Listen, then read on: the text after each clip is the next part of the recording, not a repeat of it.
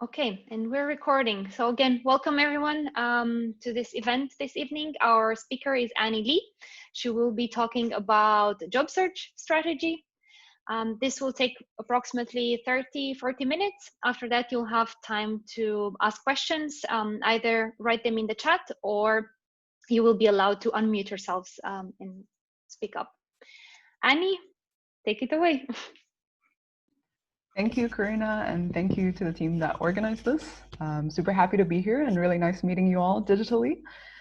So I want to make this as helpful as it can be for you. So feel free to already start thinking about what your unique challenge might be when you're doing your own job search. And yeah, feel free to already start maybe mentioning them in the chat or save them for later. So let me share my screen.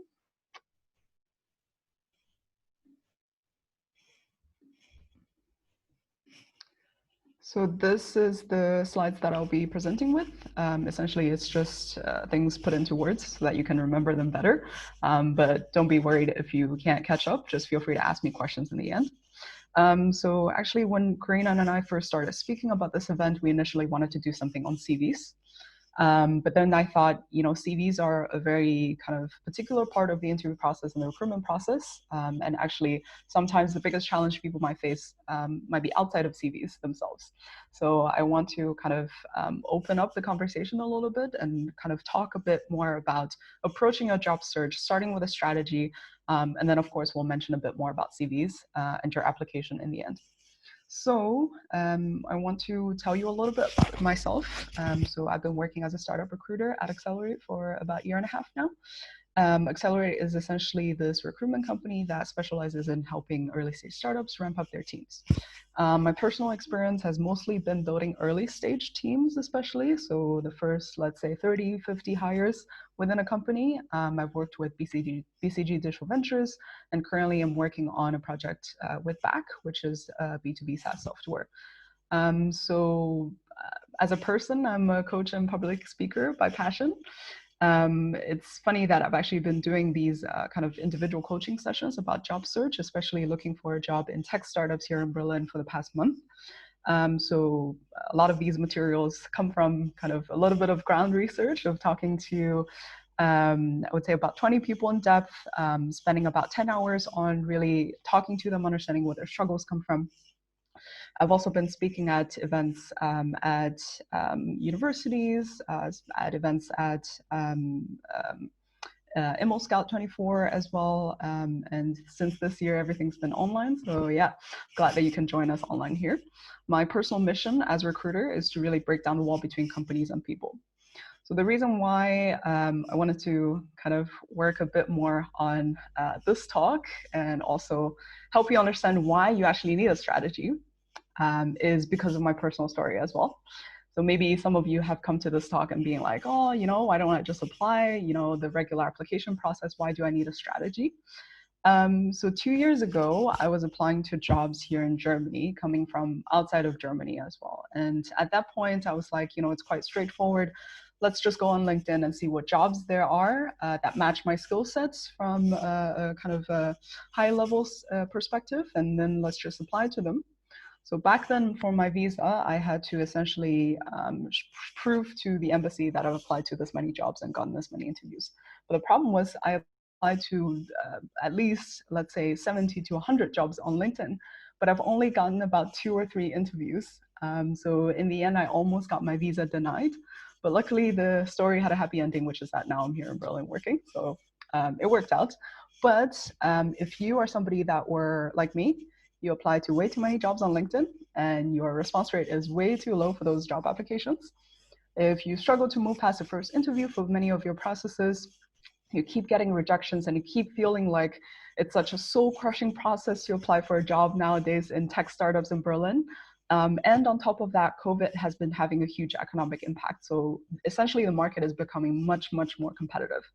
I think all of these reasons why are reasons why you need a strategy to begin with. So what I'm hoping to do for you today is to provide you with a change of mindset with a few actionable tips so that by the end of this, you can come out with a new mindset coming towards job search strategy here in tech startups, and also really already have actionable plans or tips that you can get started tonight. There are three parts to this. If we focus on the first two parts, essentially you look internally first, you understand yourself, and then you look out there and you see, oh, what's the market, and what are these opportunities like, and you try to find a match. And then in the end, I will mention a bit more about when we get to the CV and application process, what you should do. So what do I mean by know yourself? Essentially, think about these questions. What do you like to do? What are your strengths as a professional? What is your ideal working environment? And what is your main motivation to get this next job? So maybe some of you are already thinking, well, I know what I want to do, right? I want to be a junior full stack developer, and I'm ready to apply to those jobs.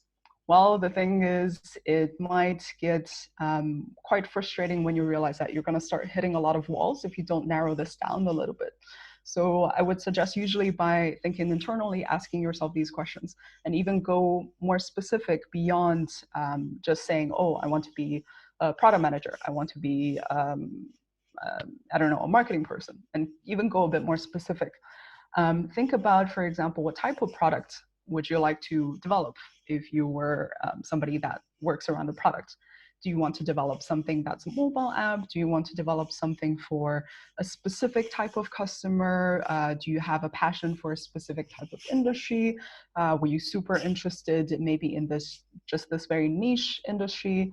And this will have a lot of impact also on later on how you behave in those interviews. So it's good to get these questions straight from the beginning. Also think about once you actually land a potential job, you'll really be interacting very differently with the work that you do, depending on what your answers might be to these questions. You could also say, maybe look at a bit more at the type of users or product that you want to interact with, or think about what an ideal day-to-day would be like. Are you somebody that enjoys talking to people? Are you somebody that enjoys just diving into one specific topic and focusing on it? Are you somebody that really wants to be creative? All these different answers will help you get to the point to where you feel like you've really understood what you're looking for. Also think a little bit more about what your strengths might be. So think in terms of hard skills, soft skills, experiences, and potentially motivation. That could also be a strength. So this is not just like a typical kind of personality, strength, weakness type of comparison, but really think like, what can you bring to the table when you potentially start interviewing with companies? So let's say in my personal example, I would say that my strength includes communicating. I really like talking to people, understanding them. And I am somebody that's relatively creative in my working process. Or you can mention your past experience, be like, I've already been in this particular industry. So let's say you've been working in logistics for 2 years now in a slightly different position, and now you want to transition into something else. That particular work experience can still be a strength depending on who you're applying to. So really make sure you understand and really lay out those strengths, soft skills, hard skills, experiences, and understand your motivation. Think a little bit more also about your ideal working environment, and that will make a huge difference in your job search, because then it determines whether you'll be looking for a job at a much bigger company or a much smaller, younger, early stage startup. If you ask anybody that has worked in these experiences, or even yourself, if you've worked in 2 different environments, you realize how different they are. So think about maybe, do you want to have a much more clear career path? Do you want somebody to be there to mentor you? Do you want to work with a bigger team? Do you want to work with a smaller team? Do you want to already take some maybe more responsibilities as a team leader? All of these would help you kind of format your answer. And lastly, also think a little bit more about what's your main motivation in your career, in your job. So this might be a little bit too philosophical, but it also kind of helps your interview stages, especially when you interview with a recruiter, an HR person, or a hiring manager. You'll want to understand, why is it our particular company that you want to join. So think about motivators such as income, so such as maybe prestige, being able to work with more resources, or your main motivation could just be getting into the industry, getting your hands dirty, already getting firsthand experience, or your motivation could be that, let's say you want to build your own startup one day, so you want to work closely with founders in a maybe early stage startup environment. One thing I would also really just emphasize on is what you're doing essentially is that you're trying to avoid casting a wide net, because that makes it much more difficult for you to show your competitive advantage, much more difficult to show your edge, and much more difficult to customize your potential application to these different positions as well. So I hear maybe people that might say, oh, but I want to keep my options open. I don't know what's out there. Maybe I'm missing out on something. I'm losing some opportunities. But the thing is, if you cast a net that's too wide, it also becomes much harder for you to keep track. And eventually, you'll feel like it's much harder to put in more effort for each individual application. So in the end, resulting in your individual applications not being as effective. Moving on, one example of the answers to these questions could look something like this, but also feel free to go as detailed as you want, and maybe even mentioning points that I haven't thought about before. Second thing is you need to, now that you've understood what you want in your next ideal job, you want to look a bit more outward and understand your market. So there are two things that maybe you want to pay attention to. You want to know what your options are, and you want to know what the companies are that are doing, I don't know, things that you're interested in. And by options, I mean, sometimes people can be very limited by the kind of job titles that they've seen so far or that they've been in. But in reality, depending on the company that you work in, different job titles, I mean, even same job titles can mean different things. Project manager can be very different things in different companies. So maybe before you didn't think that you'd be able to apply to a project manager position, whereas in another company, your skill set might be much more relevant than you think. Also think about the potential job titles that you've probably never heard of. So for example, some people who haven't worked in this field might not know what product marketing is, for example, and think that it's much more a role that's relating to working with numbers. But in fact, product marketing is also a lot more about content creation. Or let's say, I think HelloFresh actually had a position called International Category Manager. And if you're not seen this before, you'd be like, what does that mean? Like, what does an international category manager do? But essentially, if you look a bit further into the job description, you realize that they deal with suppliers, they work with logistics, and to conclude, I would say to understand what options in terms of specific positions and job titles are out there for you, you can think a little bit like the company. So think about what a company usually, like let's say software company, what that would look like. So internally then to build a software, they need software engineers, they need an engineering team, they need some product people, they need some designers. So then you have like a product team essentially, and potentially whenever you see like a new job role, you'll be able to say, oh, they sit in the product team or they sit in the design team within that specific product team. And then think a little bit more depending on the business model. So for example, HelloFresh provides also physical products. So then they don't actually grow their own vegetables or produce. So then they need to find a way to work with it, right? So then that's the supplier part. And then potentially they might also have a branch in the company that interacts with customers. So really think like the company so that when you see a new job title you've not seen before, position that within a different function of the company. And secondly is really just to understand what companies are out there for your particular market. So let's say now you nail down, you're like, okay, I want to work with B2B startups, I want to work with SaaS startups, and then you can just go and look at like what are the top SaaS startups here in Berlin.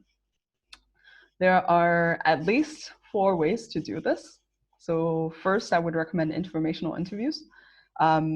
Call it networking, call it connecting with people, call it coffee chats. These are all various different formats of having an informational interview. Essentially, you're just getting information out of people. So let's say you're new to the logistics industry and you actually want to know maybe a little bit more about who are the biggest players out there, what type of talent is needed.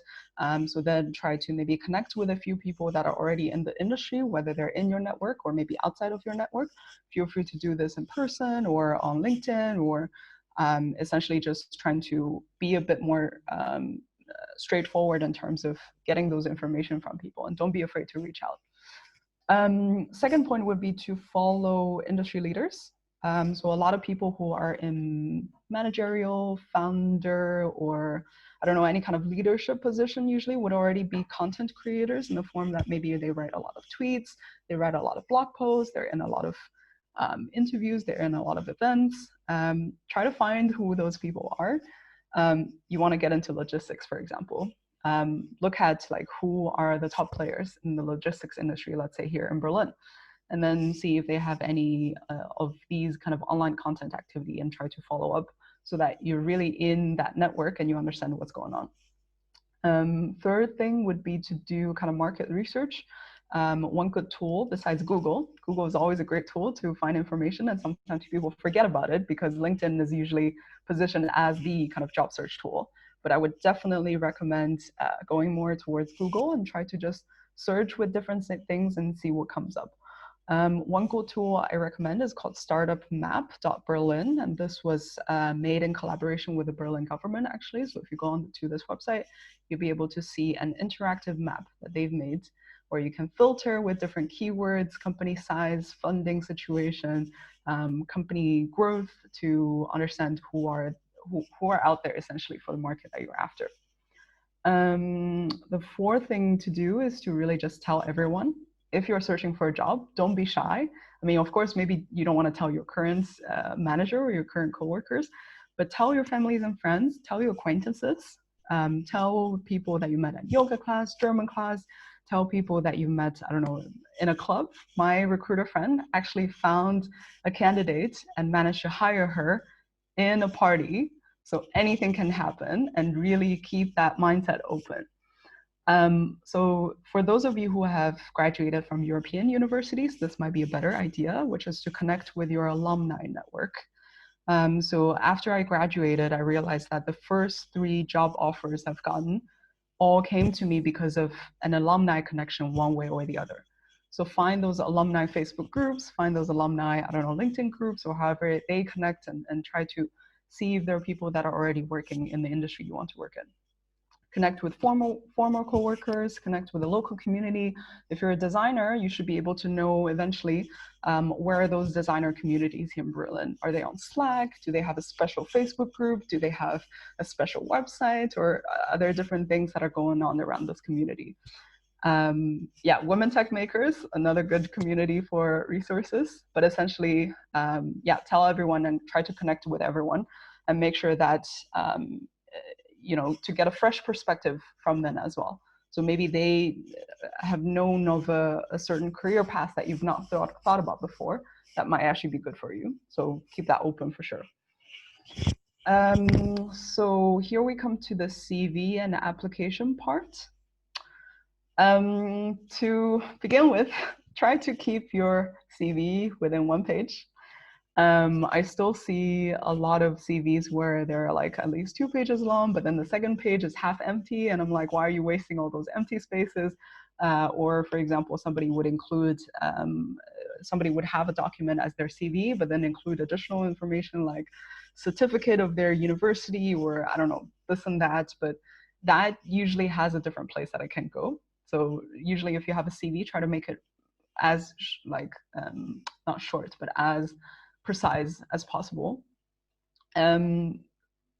This looks like a pretty actually good numerical rule to remember. 1 page, 2 to 3 different versions. So you got 1, 2, 3 right here.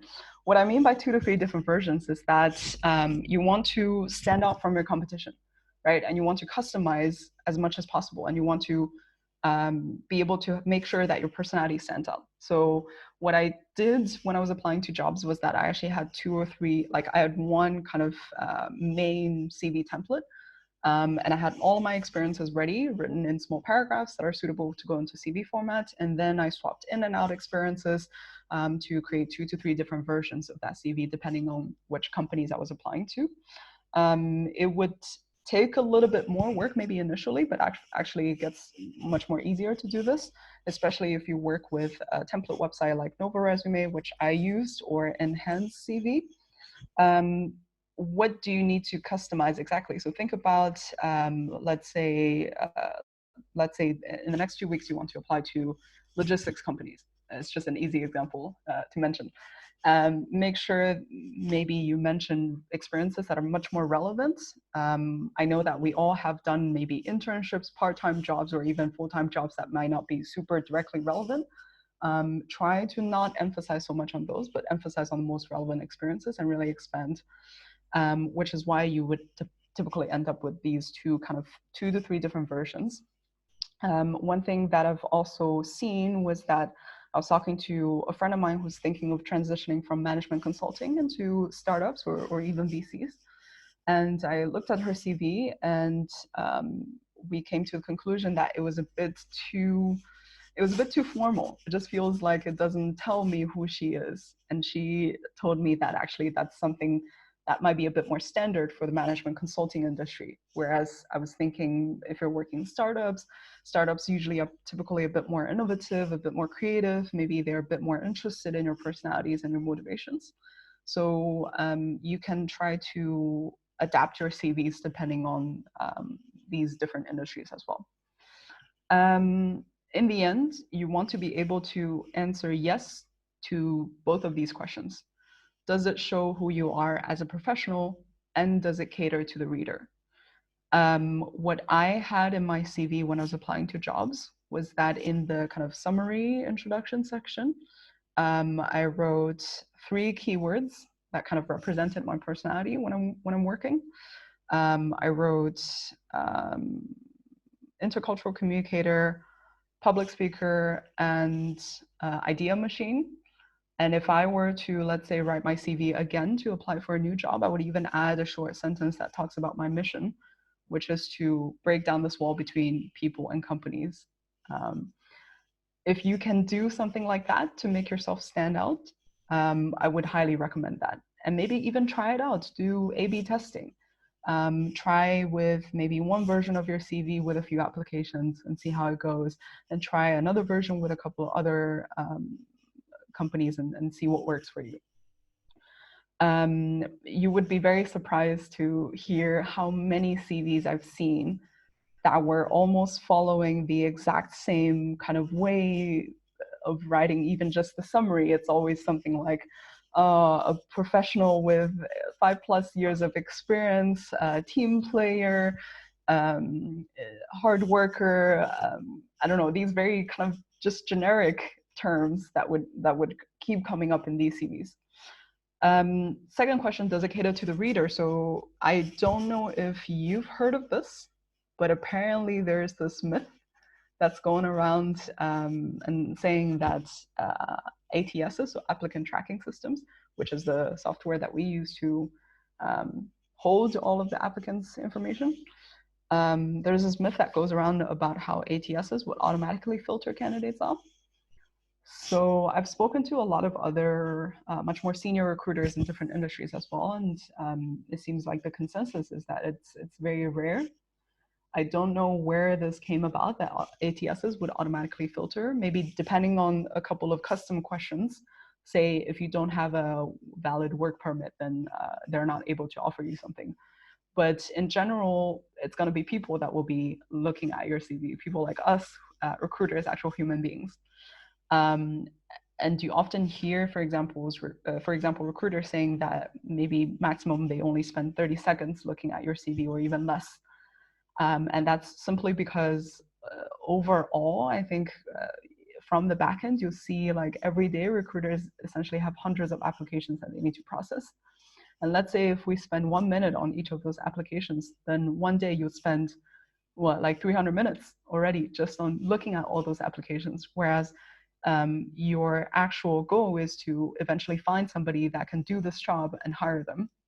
So lots of these reasons why contribute to recruiters not being able to spend too much time looking at your CV. So make sure that when somebody looks at your CV as a person, not as a computer, they can grasp the most important information.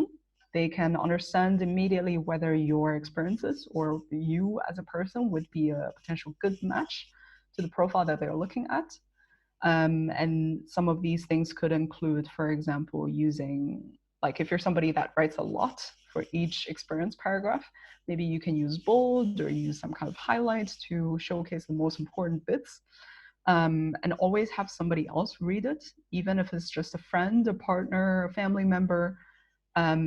From their perspective, maybe they can already tell, for example, oh, your formatting is not efficient. Why are you leaving so much blank, for example, on the first page, whereas in the second page you still have things to write?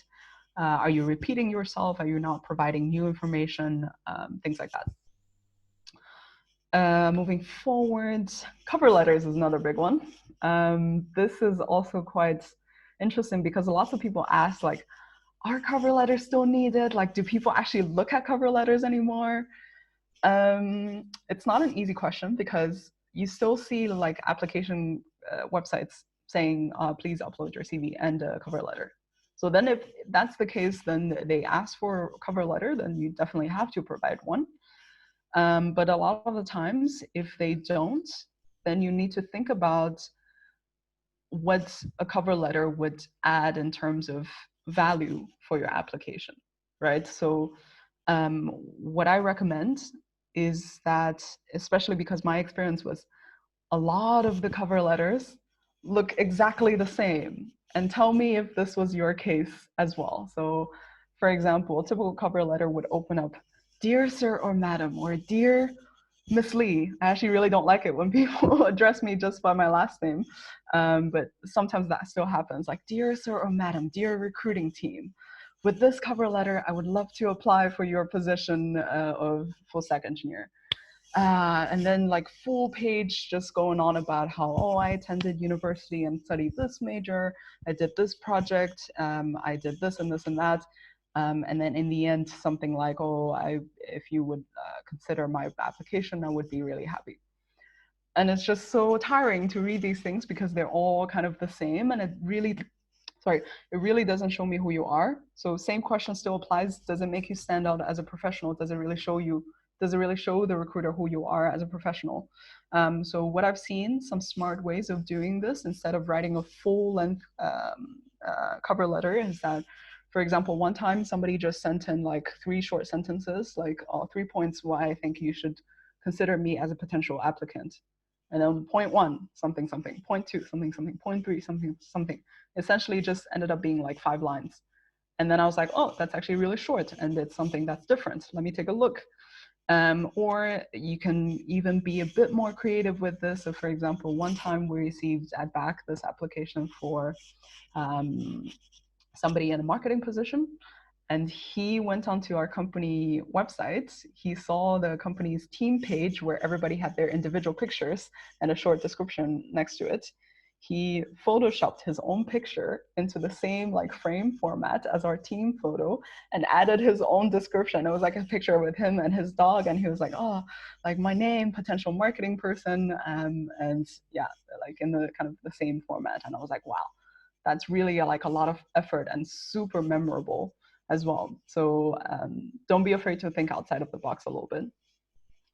One good rule of thumb that I personally would recommend is to, every time when you finish writing a cover letter, no matter how long it is, how short it is, the way that you can test to see if it's customized enough is to swap the company name, and it's to swap out the company name with something else.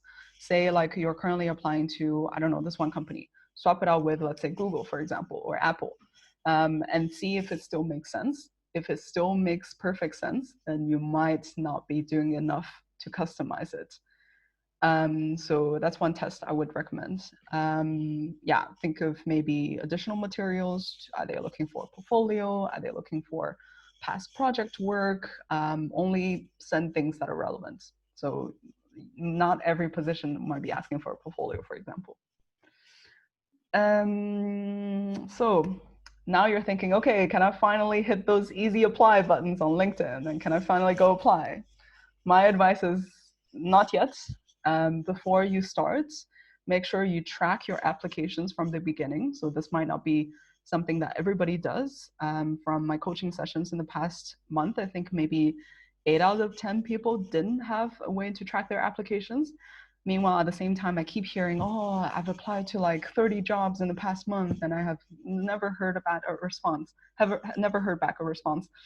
I would highly recommend then having some form of Google Sheets, Excel, Notion, Airtable, even just the Notes app on your computer, and create maybe something like this. So this is like a generic template that I've created, which I can include a link in this like afterwards as well. Essentially, you want to be able to really have all those information down, including position, company, job description link, progress or status. So like, are you still waiting to hear for a first interview? Have you passed the first interview? Have you done like a coding challenge? And then like note down the date of application as well. And if, let's say, after a week you don't hear back, don't just sit and do nothing. Try to maybe follow up. Maybe they've been on holiday, which was super common. Like in August, actually, we've had a lot of people who are interviewers that were on holiday, so maybe we weren't able to get back to candidates super fast. So follow up maybe after 1 week, and then note down that date of follow up as well. Look at your LinkedIn network and see if there's any connection that you have to this company. So I just put down my name as an example, but let's say, oh, former classmate of yours is currently working at this company, or maybe somebody else who you met at an event is now working at this company. Always find that connection and potentially reach out to those connections. Yeah, have you had contact with your connection yet? What have they said? Or maybe the feedback column, you can write like, were you rejected? Was there any specific feedback? So my advice is that even if, let's say, after 4 weeks, you've not heard back a single word from the job that you applied to, ask for feedback anyways, right? Because now you can probably safely assume maybe they have found another person. So just be a bit nicer and ask for feedback and say, hey, I haven't heard back from you in a while. Maybe my application is not getting considered. In that case, I would love to hear a bit more about your feedback on my application so that I can keep improving. Yeah, and then maybe a section for notes or something. And then I added this kind of legend section to include the different colors that mean different things. But essentially, having something like this in the end would be so much easier in the long run. Not only because it gives you kind of this dashboard master view of what you've already done, but also you can better, how do you say this, kind of apply your strategy as well. Because then you can start maybe seeing, okay, the first 10 jobs I applied to are all in this industry, but then after that, I try to be a bit more exploring outside of this a little bit. I try to find maybe positions in another industry where you can categorize them in different ways. Do it however you want, make it work for you. But having something like this really saves the frustration in the long run. So how to apply? After you've, well, now that you're getting ready to kind of actually apply, I would kind of think in this general format. Basically, when you apply to a certain role, you should already have, after reading the job description, you should already have like a certain kind of estimate of how much chance you have. Is it a reach, or is it like within your comfort zone, or is it like, yeah, do you think you have a high chance at getting to the first interview, essentially? And that's the question that this is my CV strong enough asking about. Like, if you can take a look at that whole recruitment process, especially people maybe in the audience that have worked in sales and marketing, they already think in funnels. So think of that funnel, which might include application review, first call with a recruiter, like hiring manager call, some kind of challenge, and then on-site. Let's say, take that as an example. And then you say like, okay, if my CV has so far been consistently getting me to the first stage of interview, then that means your CV is probably pretty strong for a position like this one. So then in that case, if you apply directly, I think that would work for you in most cases. But then if you don't have that confidence to say, my CV is going to get me past the first, like get me to the first round of interviews, then maybe these are some things that you can do to increase your chances. First of all, chat with somebody that's already in their team. I've had coaches that come to me and said, "Oh, of course, I do that already. I like connect with the recruiter on LinkedIn, like the HR person on LinkedIn, but they never reply to me." Well, I think it's going to be a little bit more challenging if you try to connect directly with a recruiter, because they're the ones that are getting bombarded every day with all these kind of requests of like connecting, considering their application, things like that. So they might not have that capacity. And also their primary job is to gatekeep this position and basically find the most suitable candidates. So they might not, I mean, correct me if I'm wrong, they're probably different perspectives, but I do feel like that might not be your strongest where your strongest chances are. What you can do instead is, let's say you're applying to a product manager role. Already look at people that are working in the product team, maybe already senior product managers or I don't know, product managers that are already in that company.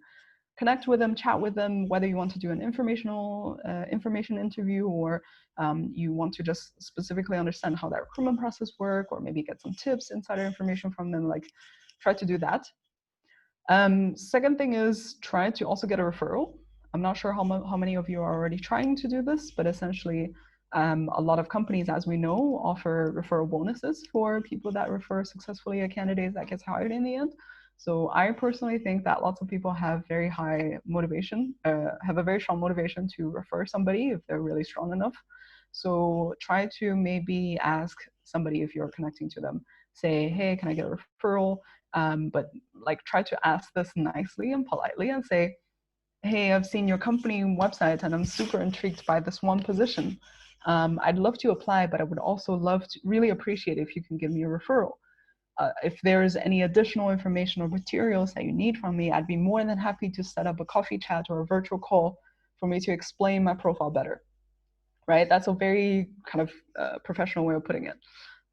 Think about doing also sending additional materials, including an extra project. So from what I've heard, for example, one candidate I've spoken to, he said that in one interview, he caught on to this one specific thing. He was a software engineer, caught on to this one specific thing that the interviewer said. And then he went online and then he did a small project on that topic, put it on GitHub, sent the GitHub link afterwards to the interviewer, and even wrote a Medium blog about this. And I was like, whoa, these are like already really good things that you're doing that really makes you stand out. Maybe sometimes, like I've heard this from my colleagues who are also recruiters that were hiring for like marketing positions. So if you're applying to something maybe in their social media department, you can already create maybe a few like simple social media posts that they can do, and then send this to them while you connect with them more alongside your application and say, hey, I've taken a good look at your social media posts and your branding, and I think that this would be the best message to get out for your customers, like this, and then attach the stuff. We're almost out of time, so I'm going to be really fast rushing through this. Networking on LinkedIn, general do's and don'ts. I'm going to show you a couple of examples and we'll comment. These are actual messages I've gotten from people where they've wrote like this note when they send me a request. This one just said, hi Annie, how are you doing? And I'm like, okay, like what's the point? Like, I don't know why, like I don't have the time to just say, hey, I'm fine. And then that's it, you know, like I don't see the value in this conversation. Somebody else said, hello, how are you? I'd like to join your connection on LinkedIn. Thanks in advance. I'm like, okay, like you didn't write my name. So is this a mass message that you sent out to like everybody? And I don't see why I would want to connect with you, because you potentially realize that a lot of people want to be a bit more protective of the network that they shape on LinkedIn. Somebody else said, hi Annie, thought it would be prudent to connect as I'm currently actively looking for new opportunities. Feel free to reach out if you have any questions. Well, my question is like, why would I have any questions? Like, what exactly is the connection here? Like, I don't understand, what roles are you looking for? Like, what type of, are you interested in a specific job that we have open right now? Or like too many questions. Not gonna reach out. Next. So this is a bit more specific, going into a better direction. This person said, hi Annie, this is my name. I'm doing this with a background in this particular thing. I'm interested in a junior position in Berlin, so back is hiring. Let me know if there's a job for me. Check on my portfolio, and then had a link to their portfolio. So I think this is a bit more specific, but my problem with this message is that, let me know if there's a job for me. And I'm like, we currently only have 3 jobs open. Just take a look at our website, which will take like 10 seconds, and then you'll figure out whether there's a job for you. Like, that is not within my daily responsibilities. So when you connect to people, rules of thumbs are, be specific, be nice, like try to try to say their name, try to say hi, like don't be cold or don't be rude. And try to see if you can offer value already in that first reach out. Yeah, that's kind of general rules. Set specific and achievable goals for yourself in terms of applying to jobs. Don't overwhelm yourself with like, oh, I want to do 10 applications per day, because then you don't have you don't have enough energy for customizing those things.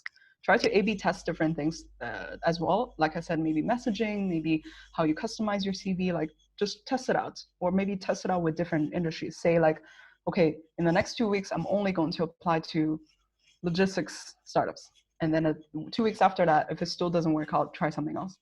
Always ask for feedback and always follow up with people, even if they don't get back to you first. So I think that's mostly it. Thank you for listening. Am I in time? I'm gonna do this. Thanks, Annie.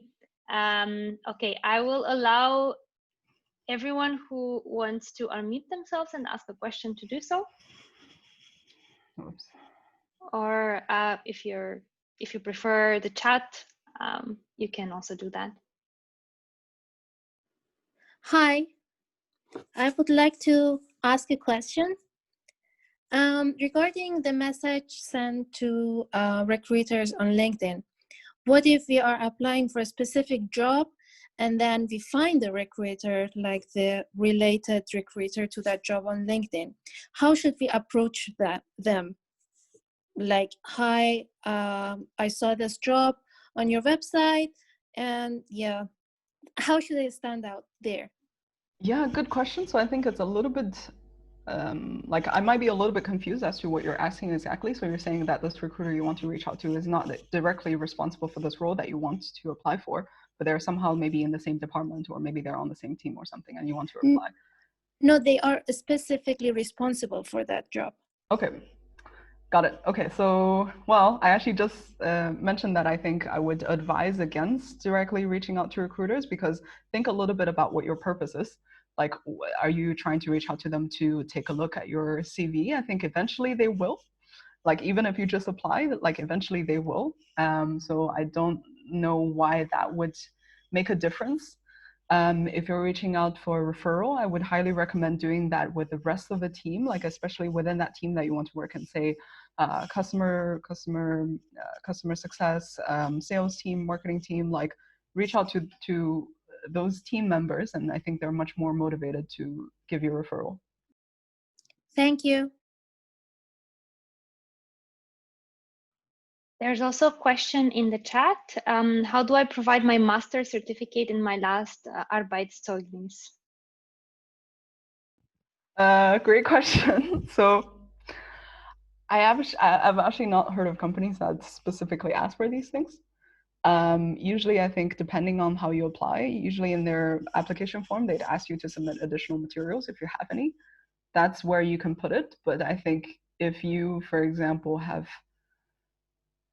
like finished a master's degree here in Europe, I think most likely they will be able to, yeah, unless it's like a university from outside of EU, then you need to kind of see, oh, like, where is this university exactly? What's your degree? Otherwise, I don't feel like there's a specific way that you should do it, but just see that additional kind of document section where you can upload things and do it that way. Thanks. There's another one. And if the cover letter field is optional in the application system, for example, include or not include? The ultimate question that always comes back.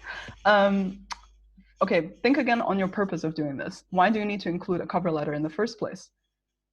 Do you have additional information that's outside of your CV that you want to provide? Do you feel like your CV alone might not be strong enough? These are all reasons that you could include a cover letter. To make that cover letter really effective, I would say be creative, be individual with your format. Don't just take an online template that's like 2 pages long and then just swap in your name and that's it. Don't do that, right? Really try to, the purpose is to kind of convince them that you would be the best candidate. So then just something straightforward, be like, these are 3 reasons why I think I'll be a good fit, and be very, very specific. Don't just say, because I've done a master's degree in this. Specifically say, for example, your master's program is really, for example, ranking top of Europe or top of the world, or that your project content was actually directly relevant to the industry that you're applying to, these type of things. That would be my answer. Okay, does someone want to ask a question out loud, or should I continue reading from the chat?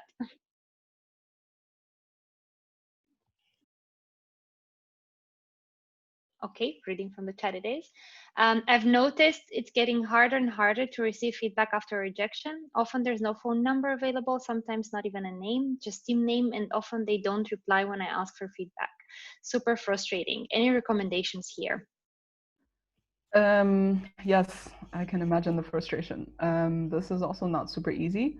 A lot of the times you'll be able to find kind of either the LinkedIn or the email of the person that's responsible for this role. So usually you'd be able to kind of do it that way, send them an email, send them a LinkedIn message. A lot of the times I think the reason for this is just that they have so much work. There's like, if everybody is asking for feedback, then it's going to be very hard to get back to people specifically. Maybe look at people that have interviewed you if you've done this process already, or maybe look at, let's say, the hiring manager. Okay, maybe we need to do a quick recap of the different stakeholders in a recruitment process. So you have me, who's the recruiter, or maybe another HR person, usually looking at the CVs, doing the first stage of the interview. And then you have the hiring manager, who tends to be the person that says, now we need a new person joining our team. So he could be, or they could be the head of engineering, the CEO, the CTO, the head of product, anybody like that.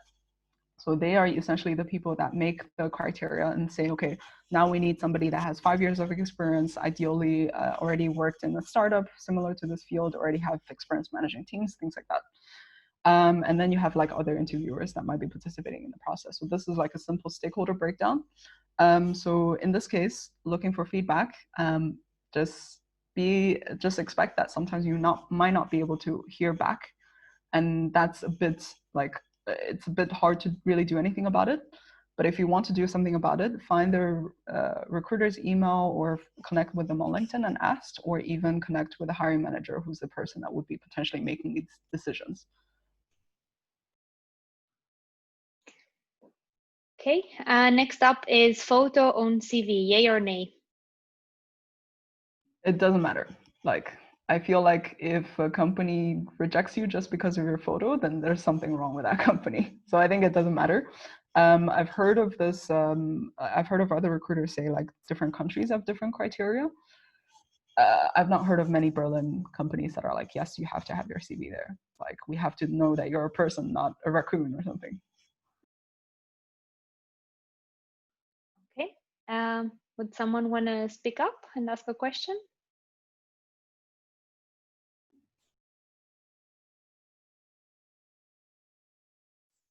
I will continue reading from the chat. So my strategy here, folks, is that I ask this, wait 5 seconds, no one speaks up, I will read the next question. So a number of companies don't like seeing gaps in your CV, but what if you have a lot of different work experience that may not be as relevant to the job, but you want to limit it to 1-2 pages? Great question. First question from me though, why are you including it if it's not relevant? I would say definitely just focus on the most relevant parts. And let's say in the past, if you've done jobs that are not so relevant, just use one line to say, last 2 years, this is what you've been doing. That's it.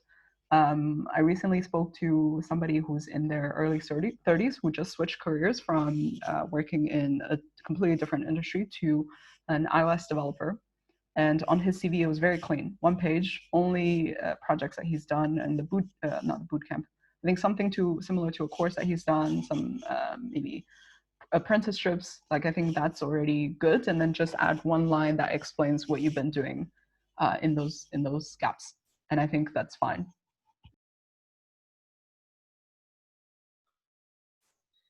Thank you.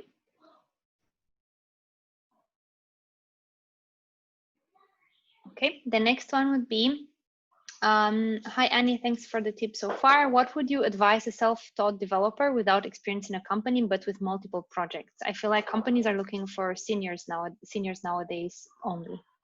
Yeah, good question as well. Think like, I understand that you get the impression that companies are looking for only senior developers, which is definitely not the case. Think a little bit on why a company is hiring. So let's say maybe they've just founded a company, they are a small, young startup, and they need somebody to build the stuff, but they can't, like, they don't have that capacity to coach that person, which is why they're probably more likely to go for somebody that's already experienced. Maybe not necessarily like always 10 years of experience or something, but at least like some experience doing things on their own. If you're applying to companies that are much more established, like maybe a couple hundred people, 1,000 people, um, they'd be much more, it'd be much more easier for them to accept maybe entry level developers, because then they already have people that are doing the job. Maybe they have capacity to coach you, to mentor you, to make sure that you grow. So I feel like, though, the problem here might be that you're not seeing enough, like you're not seeing enough openings other than senior positions. So in that case, I would say broaden your search. Look not just on LinkedIn jobs, really look everywhere. AngelList, even Twitter, Slack groups, specific communities, websites, hacker news for developers, like really try to broaden your search. And secondly, speak to people, right? Do those informational interviews, coffee chats, whatever you call them. Speak to already some people in some companies that are working in your position, and say, is it true that you only have senior positions open? Like, is there, what's an argument for having an entry level developer working on projects like this? So that would be my thoughts. Thank you. Anybody wants to ask a question out loud?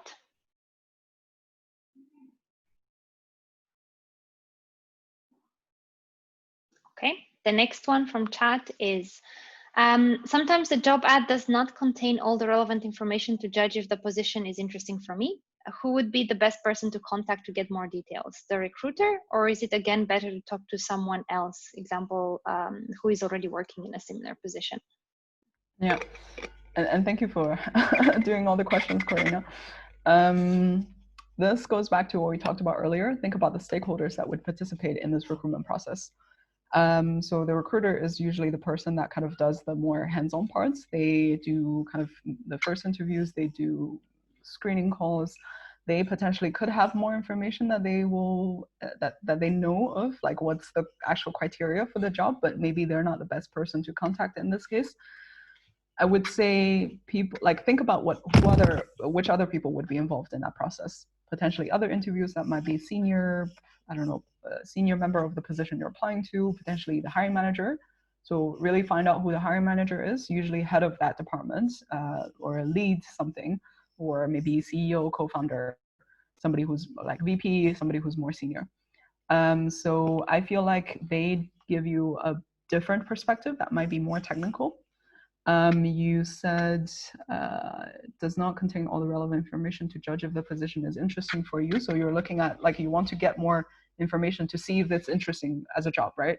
So talk to potentially the hiring managers, to the other team members. I think you might have a better chance with other team members, or maybe people that have done this, that have been in this company before. You can also speak to them about their experiences. Do a bit more maybe research on your own outside of like talking to people as well. I think there are lots of websites that Crunchbase, for example, shows you funding situation, company growth. Maybe see if they have any press information. Do they have blogs? Do they have interviews? Do they have YouTube videos? Try to like do more research.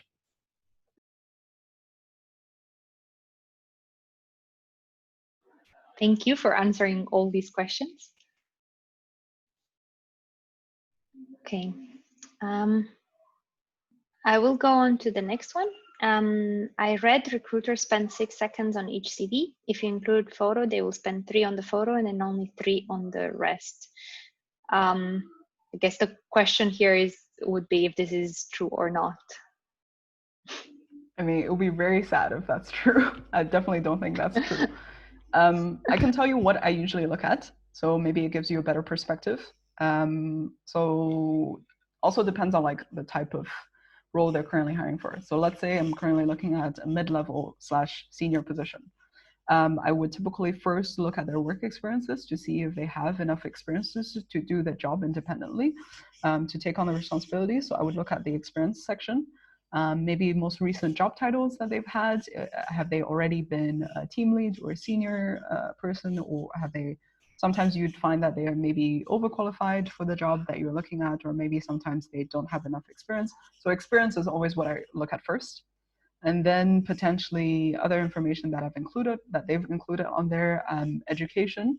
It would usually be like, sometimes people would look at what year they've graduated as well. So to understand potentially then since then, how many years of work experience you've had, because sometimes you might not have done this one job like all the time, right? For all these many years. So yeah, experiences, education, when they graduated, additional information about themselves. Actually, I don't think photo is, I mean, it's probably just a joke on the internet, but I do hope they don't spend too much time on the photo. But yeah, this is what I would look like. Potentially additional links to their personal website, portfolio, GitHub, I don't know, these other things.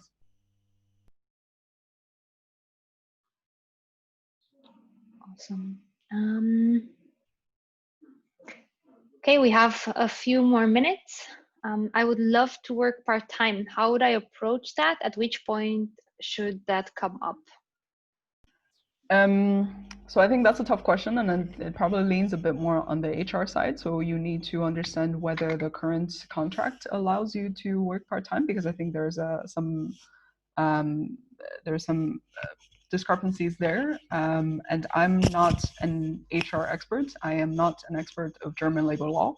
So try to find somebody that's a bit more knowledgeable in that field of expertise, but really make sure, find out if that's okay. And sometimes even if it's okay on the contract, maybe the team would actually expect you to focus your energy, have that discussion maybe casually, like see in the past if they're precedents of people that have done this in the past, so that you can maybe start speaking to them first and see how it goes.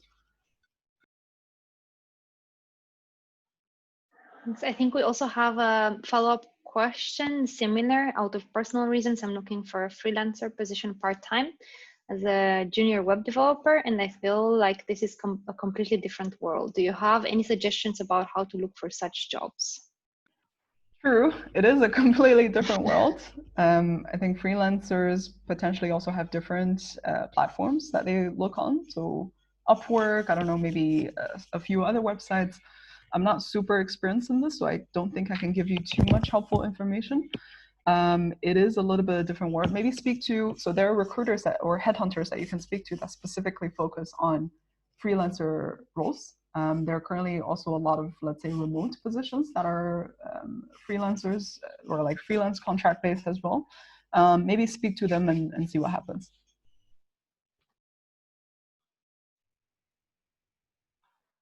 We have 2 more questions in the chat. Hello, Annie. Thanks for the tips. Do you have advice on how to keep the motivation alive during a long-term job search? How should we change our mindset to avoid disappointment? Great question. And that's the question I want to answer with the whole theme of this talk, essentially, is that you need to better prioritize your energy. What I've seen in majority of the cases is that people are like, oh, I applied to 5-10 jobs every day, and in the end I keep track of them. Like, I don't keep track of them. I get so disappointed. Nobody talks to me. Like, nobody wants to get an interview with me. Like, that happens all the time. What I would suggest doing then in this case is to start having like a strategy of some sort. So let's say even if you don't end up implementing everything we've talked about today, start with a strategy of some sort and be a bit more realistic and really already start estimating your chances when you apply to each jobs, or maybe as you apply to more, you get a better feel of this. Let's say right now you only have 3 years of experience, but there's a position looking at 5 years of experience. Maybe that's a bit more of a reach. Apply anyways, but then here you would know, let's say your chances might not be super high. Try to focus on fewer applications, higher quality applications. Imagine if you, let's say, spend only 10% of your energy on each of the applications, but you've applied to like a lot of them. But then overall, your chances are still kind of 10% because that's 10% of energy that you've only spent there. Instead, try to focus, let's say, 50-60% energy on applications and only do, let's say, 5 per week, or maybe depending on if you're available or not. If you're not available, 2 per week, right? And try to really make those work. find the people that would be important in this position to talk to. I can give a personal example. So I was looking for a job, and there was this one position that said, oh, this person would potentially work closely with a product manager of the team. So then I was like, oh, that's interesting. I immediately connected on LinkedIn with a product manager at that time, and then reach out to her. I was like, hey, I see that this position is super relevant to what you're doing. I'd love to hear a bit more about what your day-to-day sounds like, and then get a bit more understanding of the company as well. So reaching out that way, I didn't expect what kind of response I'd get, but actually she responded super positively at that point. She was like, hey, Annie, thank you for reaching out. Like I asked her, do you want to get coffee? This was before COVID. And then she was like, oh, like, let's get dinner actually this week, and I'd be able to tell you a lot more. And I was so surprised that there's such a positive response coming back. So you'd always be surprised by how little you do, but how much can change potentially. And think a little bit more concretely. Let's say this week you reach out to 10 people that really, really would be impactful for your job search, and you want to connect to them. Even only 1 or 2 people get back to you, you'd already have a much higher chance at those positions than the others. So then you'd already have, like, let's say 2 potential interviews waiting for you by the end of this week. So focus your energy and be pragmatic. And yeah, that's how to avoid disappointments in some ways. That's awesome advice. Okay, there's another question. Is it a good idea to spontaneously apply to a company you really like if there are no job offers at the time? Is it worth the effort, or will probably nobody read it since HR is a busy job? Yes, it is a good idea. Always try to do this, but only, but don't try to kind of send out mass applications like this. So here, then if they have, let's say, a general application open, or like a speculative, like sometimes they call it speculative application, apply, or maybe email somebody and then mention why you want to apply. But here, there's a lot more work coming from your side on really telling them what kind of value you can bring, and be a bit more specific on what you potentially would like to do as well. So I really would highly advise against things like, hey, I would love to work in the engineering team.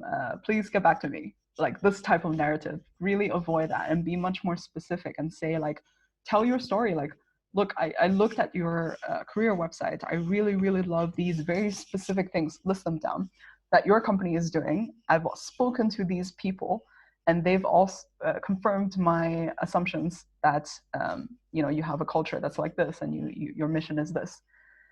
But not having seen a position that is open for somebody with my experience, I am curious to know if we could potentially work something out. I'd love to contribute in these specific ways and mention specific things that you want to be able to do.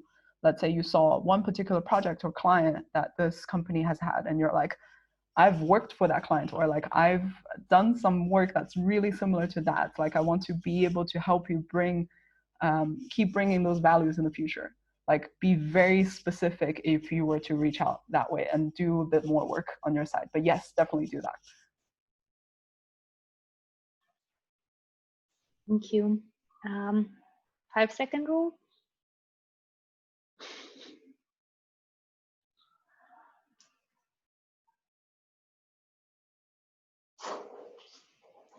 Okay, I will read the next one. Apologies for the noise. I do have a dog who wants to play now. How relevant are portfolios for you in the application process for UX UI designer roles? I learned that in many cases, they're not being looked at as part of the screening process, at least not by the recruiter, who usually is the first point of contact. Really interesting, and completely not what I expected. I would think that portfolios are always needed for designer roles. So I'm very surprised to hear that they're not needed. Like, do you mean that you don't see a place where you can upload your portfolio or something? Like you need to get down to the bottom of this. Is it because they just don't have like a section for you to upload it? Then in that case, include a link to your portfolio in your CV. When you upload your CV, on top, maybe right next to your name, they'll be able to see your portfolio link and they can click on it. And if you have a good portfolio, then perfect.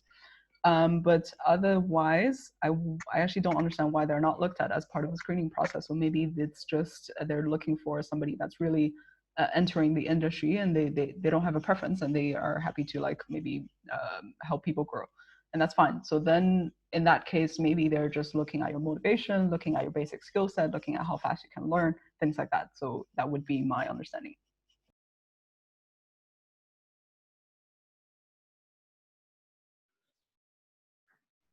Okay, taking a deep breath, I see we have one final question left here. Once you're invited for an interview, is it a good idea to prepare a presentation which summarizes the work experience you have with some solid results, pictures, etc., and offer to go over that? Can do, yeah, sure.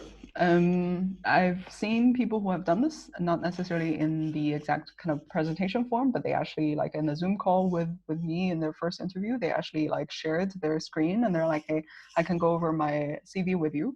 So they did that.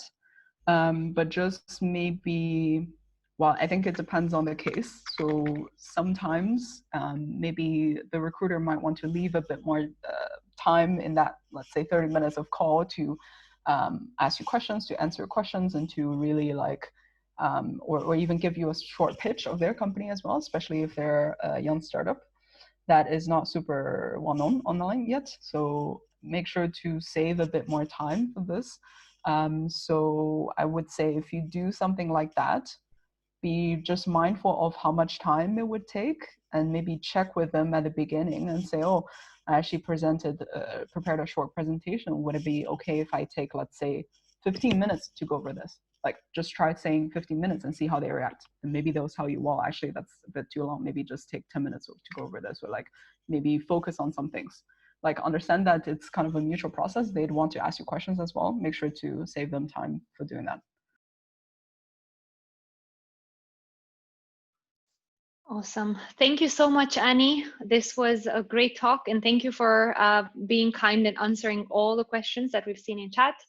I will stop recording for now. Thank you all for joining.